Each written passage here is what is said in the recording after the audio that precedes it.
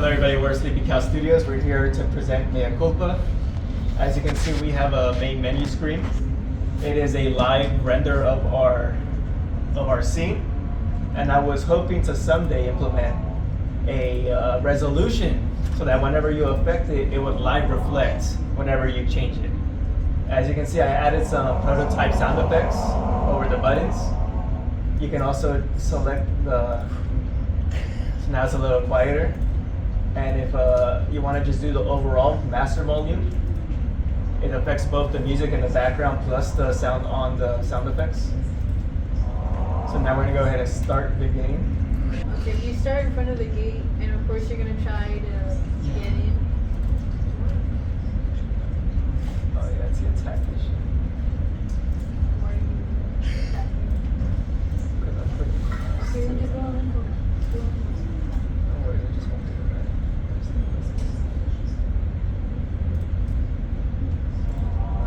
As I was saying, you start in front of the gate, and then you encounter the door, and the first puzzle you're going to encounter is how do you open the door, right?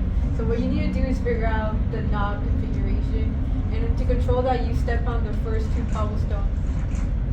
As you can hear a very slight noise coming from the cobblestones and from the doorknobs, and you have to use the window pane that's at the top to kind of figure out what the configuration is. That was fun.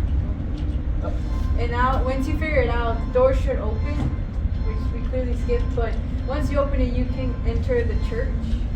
And right now, the goal is for you can go on that side. At the very end, there's a black kind of wall. And that's for the graveyard door. Behind you was the main door. There's also a black wall. Right now, we're having issues with trying to transport the player back to the other side of the door, because right now you're led back to the gate. But the intentions are, once you pass these doors, you go to the other side, and you explore the inside the church. Once you're at the graveyard door, you go into the graveyard and then are able to fight the skeletons that appear there. Which is in our another scene. We're gonna show off our little skeletons fighting.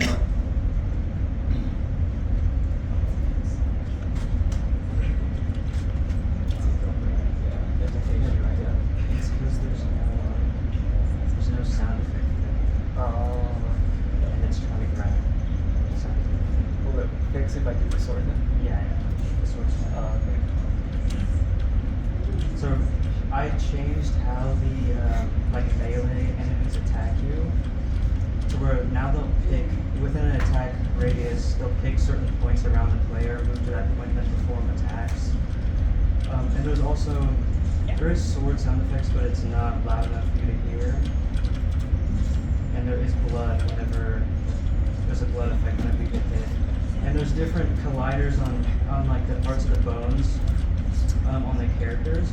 So whenever there's an interaction between the collider on the melee weapon and on the enemy, blood will come out of that specific collider at a specific point that it enters first. There's also a lock-on system and strafing, so when you're locked on to an enemy, it's omnidirectional strafing, so forward, back, left, right, and the diagonals.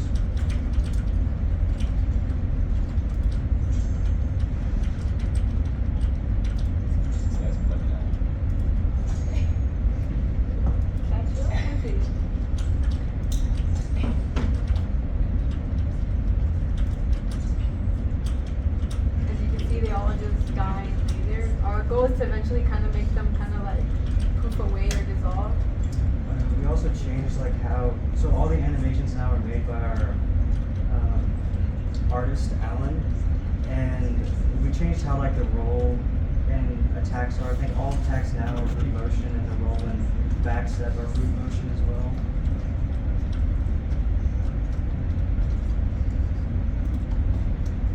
We're gonna show the other models. Right now we have our This is the regular baby. we have our regular unbaptized baby right here to kind of show off what it looks like. Of course, we're gonna have more of them kind of attacking once you enter a specific part of the church, and of course we're also gonna have some toddlers running around, which is, or crawling around, and then besides that, some pieces that could like also attack you as like a swim attack. And we also have like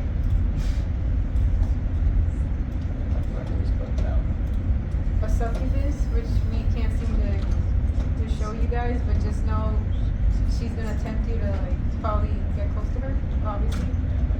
And I think that'll be all.